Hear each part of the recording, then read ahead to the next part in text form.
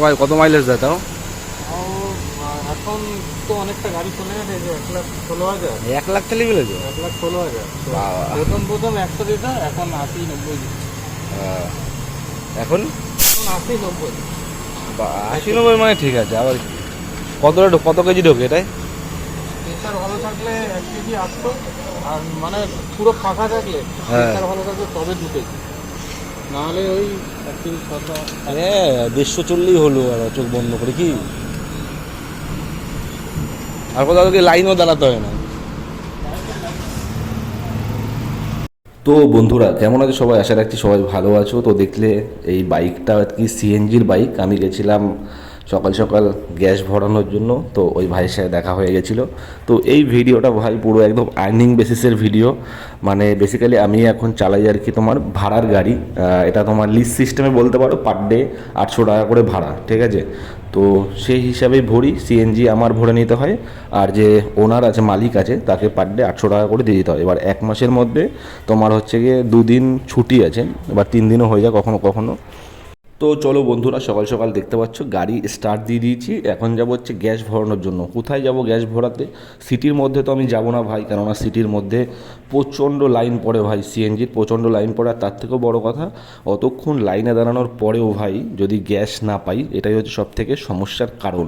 তো এই জন্য এমন জায়গা খুঁজে নিতে হবে বা এমন পেট্রোল পাম্প খুঁজে নিতে হবে যেখানে সিএনজি আর কি 24 ঘন্টা অ্যাভেলেবেল থাকবে। আর মানে দাঁড়ালে, লাইনে দাঁড়ালে অন্তত এটুকু যেন সিওরিটি থাকে ভাই, যে আর কি মানে সামনে আসার পর যেন শেষ না হয়ে যায়, আমি লাইনে দাঁড়িয়ে যেন গ্যাস পাই। আর সেই দিক থেকে দেখতে গেলে আমাদের আউট স্টেশনের দিকে, মানে শ্যামনগর বলো, কল্যাণী বলো, সিটির বাইরে আর কি যেই পাম্পগুলো আছে সিএনজির, ওখানে গেলে ভাই কনফার্ম গ্যাস পাওয়া যায়। ওই জন্য ভাই আমি মোটামুটি আমার যদি 10-20 কিলোমিটার গাড়ি যদি বেকারও চালানো হয়, তাও আমি ওই দিকেই চলে যাই। ফাঁকা গাড়ি যদি আমার 10-20 কিলোমিটার চালাতে হয়, তাও আমি ভাই ওই দিকেই চেষ্টা করি বাইরের দিকে যাওয়ার, সিটির বাইরে। কারণ ভাই তাহলে তেলটা, এই তেল বলছি, গ্যাসটা ভালো পাওয়া যায় আর প্রেশারটাও ওইদিকে ভালো থাকে কম বেশি। আর সব থেকে যেটা বড় কথা সেটা হচ্ছে ভাই, টাইম আমি দেখেছি অনেকটাই কম লাগে, ঠিক আছে? ওই জন্য আমি চেষ্টা করি সবসময়, কোনো সময় যদি ধরো ভাড়া পেয়ে গেলাম সিটির মধ্যে কাজ করতে করতে আউট স্টেশনের দিকে, মানে যেমন কল্যাণী, ঠিক আছে, ব্যান্ডেল, তারপরে এদিকে ধরো তোমার ডানকুনি পার করে এইদিকে তারকেশ্বর সাইডে, এইদিকে আমি যদি সিটির মধ্যে থাকতে থাকতে ভাড়া পেয়ে যাই, ধরো এখন ধরো গ্যাস প্রায় শেষের দিকে নামছে আস্তে আস্তে, এরকম টাইমে যদি ভাড়া চলে আসে আমার কাছে সিটির বাইরের দিকে, তো সেই ভাড়াগুলো আমি ধরে নিই। তো তোমাদের সাথে কথা বলতে বলতে দেখতে পাচ্ছ ভাই চলে এসেছি হচ্ছে কল্যাণী এক্সপ্রেস ওয়ে ধরে, প্রায় 16-17 কিলোমিটার ফাঁকা গাড়ি চালিয়ে। তো চলে এসেছি এখন সিএনজি পাম্পে। এই সিএনজি পাম্পটা তোমরা সবাই দেখে রাখো, ভালো করে চিনে রাখো, তোমাদেরই সুবিধা হবে। আর এটা হচ্ছে পুরো একদম কল্যাণী রোডের উপরে আর কি, দেখতে পাচ্ছ আমি আর কি গাড়ি চালিয়ে যাচ্ছি। আর সবাইকে বলে রাখি, এই কল্যাণী এক্সপ্রেসওয়ের উপরে ভাই গাড়ির মানে স্পিড লিমিট 80 আছে, ঠিক আছে? এরকম যেগুলো প্রাইভেট গাড়ি আছে এগুলোর 80 আছে। আর বাইক আর তোমার যেগুলো আর কি ট্রাক লরি পরি আছে এগুলোর আরেকটু কম আছে, 60 কি এরকম আছে, সেটা আমি শিওর বলতে পারবো না। তোমরা যখন যাবে দেখবে ওখানে বোর্ডে লেখা থাকে। তো দেখো চলে এসেছি এই পাম্পের সামনে, আর কতটা লাইন আছে সেটাও তোমরা দেখে নাও। লাইন ভাই সেরকম একটা আমি দেখতে পাইনি, কিন্তু একটা দেখেছিলাম যে 1200 কেজির গাড়ি লাগানো আছে। আর সামনের দিকে যেতেই দেখি হালকা পাতলা লাইন ভাই, মিনিমাম 20-25টা 30টা গাড়ি ধরো। যাই হোক, 30টা গাড়ি হলেও এখানে কি প্রফিট আছে ভাই, এখানে আর কি তোমার লাইনটা না খুব তাড়াতাড়ি টানে ভাই। আমি দেখেছি আমাদের মানে সিটির মধ্যে আমি গ্যাস ভরাইনি এরকম না, আগেও কম বেশি ভরিয়েছি। সাপুরজির ওখান থেকে ভরিয়েছি, সিটি সেন্টার 2 থেকেও আমি ভরিয়েছি। তারপর তোমার বেলগাছিয়ার ওখানে যেটা আছে, আর বেলগাছিয়া তোমার কি বলে ওটাকে, মানে কলকাতা স্টেশনের আগে পাতিপুকুরের ওখানে যে পাম্পটা আছে ওটার থেকেও ভরিয়েছি। তারপরে এদিকে তোমার সোদপুরে যেটা আছে আমাদের সিথির মোড়ের কাছে, ওখান থেকেও গ্যাস ভরিয়েছি ভাই। এগুলোর মানে যারা কাজ করে তাদের মানে স্পিড বলবো না, তারা মানে ওখানে নজেলগুলোই ওরকম বা ওদের স্পিড ওরকম। যাই হোক, ওখানে অনেক টাইম লেগে যায়। আবার এরকম হয়েছে গিয়ে আমি গ্যাস পাইনি, তো এখানে দেখতে পাচ্ছ দাঁড়িয়ে পড়েছি। কতক্ষণের মধ্যে গ্যাস নিয়েছি জানো? আমি এখানে হার্ডলি দাঁড়িয়েছি 40 মিনিট, তার মধ্যে আমার লাইন চলে এসেছে আর আমি গ্যাসও ভরে নিয়েছি। আর প্রেশার ভাই এত ভালো ছিল কিছু বলার নেই, কারণ আমার গাড়িতে আগের থেকে গ্যাস ছিল মোটামুটি, রিজার্ভেও গাড়ি পড়েনি। তার আগে আমি চলে গেছিলাম, কারণ ভাই গাড়িতে গ্যাস যদি ফুল থাকে তাহলে একটা কাজ করে শান্তি পাওয়া যায়, আর না হলে মাথায় একটা ভাই টেনশন থাকে যে কখন আবার গ্যাস ভরাতে যাবো। ওই জন্য চেষ্টা করি দিনের শুরুতে মানে কাজে বেরোনোর সময় আর কি গ্যাসটা ভরিয়ে নিয়ে বেরোনোর, বা চেষ্টা করি রাত্রেবেলা যখন বাড়ি ঢুকি তখন আর কি গ্যাসটা ফুল করে ঢোকানো। দুটোর একটা করলে ভালো হয়, কেননা কাজের মাঝখানে যদি গ্যাস ভরাতে হয় তাহলে কাজে অসুবিধা হয়। আবার তোমার ওই আউট স্টেশনের দিকে গেলে মানে আমি তো বেশিরভাগ তোমার যাই শ্যামনগর আর ওইদিকে তোমার কল্যাণী, এই দুটোতে আমি বেশি যাই। তো ওই জন্য ওই দিক থেকে ভাই ভাড়া একটু কম পাওয়া যায়, কারণ আর যদি 20 কিলোমিটার 30 কিলোমিটার আমি ফাঁকা চালিয়ে যাই তো সেক্ষেত্রে একটা ভাড়া ওখানে পেলে খুবই ভালো। নালে আবার ভাই 20 কিলোমিটার ফাঁকা যদি রিটার্ন চলে আসি সেটাও অনেকটা সমস্যার ব্যাপার, কারণ 30-60 বলবো না, 25-50 কিলোমিটার যদি ফাঁকা গাড়ি চালিয়ে নিই সকালবেলা, লাভের আগে লস বেশি হয়ে যাবে ভাই। ওই জন্য চেষ্টা করি যে মোটামুটি একটা ভাড়া খুঁজে নেওয়ার ভালো দেখে। তো সেই জন্যই ভাই ওয়েট করি ওখানটায়, আবার কিছু সময় না পেলে ব্যারাকপুরের দিকে চলে যাই, ঠিক আছে। তো মোটামুটি পেয়ে যাই, র্যাপিডোতে পেয়ে যাই ভাই, কেননা র্যাপিডোতে এখন ভাড়াটা একটু বেশি ঢোকে। তো কিন্তু একটাও সমস্যা আছে র্যাপিডোতে, যে র্যাপিডোতে তোমার আর কি কী বলে ফেয়ার অনেক কম দেয় ভাই। ওই সাইড থেকে যখন তুমি বুকিং নেবে না, ফেয়ার অনেক কম দেবে তোমাকে। তো কিছু করার নেই, কিলোমিটার হিসাব করে কাস্টমারের কাছে বলে নিতে হবে আগের থেকে যে দাদা এরকম যদি 20 টাকা মানে পার কিলোমিটার যদি দাও তাহলে ভাই গাড়ি যাবে, না হলে গাড়ি যাবে না। তার মধ্যে এই ভাইয়ের সাথে দেখা হয়ে গেছিলো ওখানে, আমি দেখি ও গ্যাস ভরাচ্ছে। এইটা ভাই কিসের গাড়ি বলো তো, বাজাজ কোম্পানির একটা গাড়ি, ঠিক আছে। এটা পেট্রোলেও চলে আবার সিএনজিতেও চলে। পেট্রোলের ক্যাপাসিটি হয়তো বেশি নেই, 2-3 লিটার আছে, আর সিএনজির যে ট্যাঙ্কটা আছে ওটারও ট্যাঙ্কের ক্যাপাসিটিও প্রায় 2 কেজির কাছাকাছি। তো এখানে দেখতে পাচ্ছ আমি কাকাকে পেমেন্ট করে দিচ্ছি। মোটামুটি কত টাকার গ্যাস ঢুকেছিল, 800-র কাছাকাছি, 800 না 880 এরকম ঢুকেছিল, ঠিক আছে। কেননা আমাকে 20 টাকা আবার রিটার্ন দিল।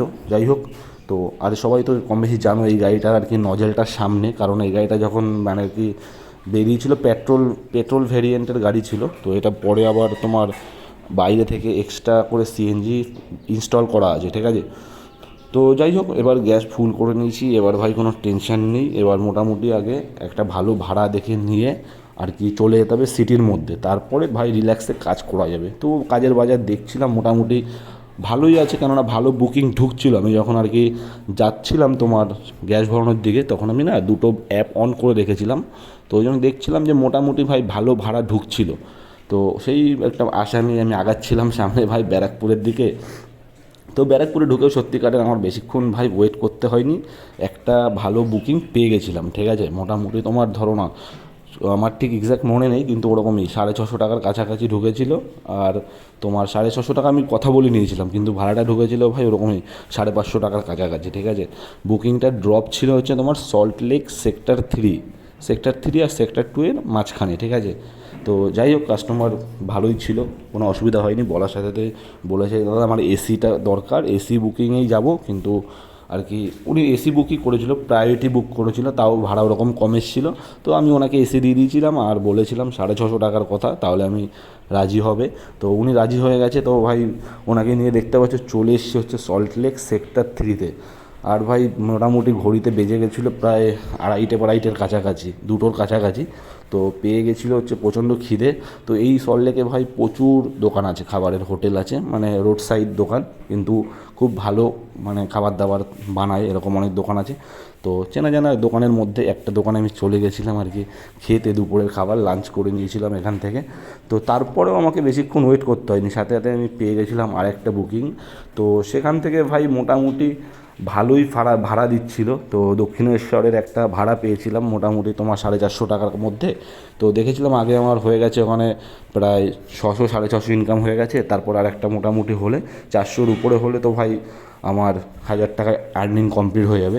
তো ওই জন্য আমি আর বেশি লেট না করে চলে গেছিলাম হচ্ছে ওই দাদাদেরকে পিক আপ করতে।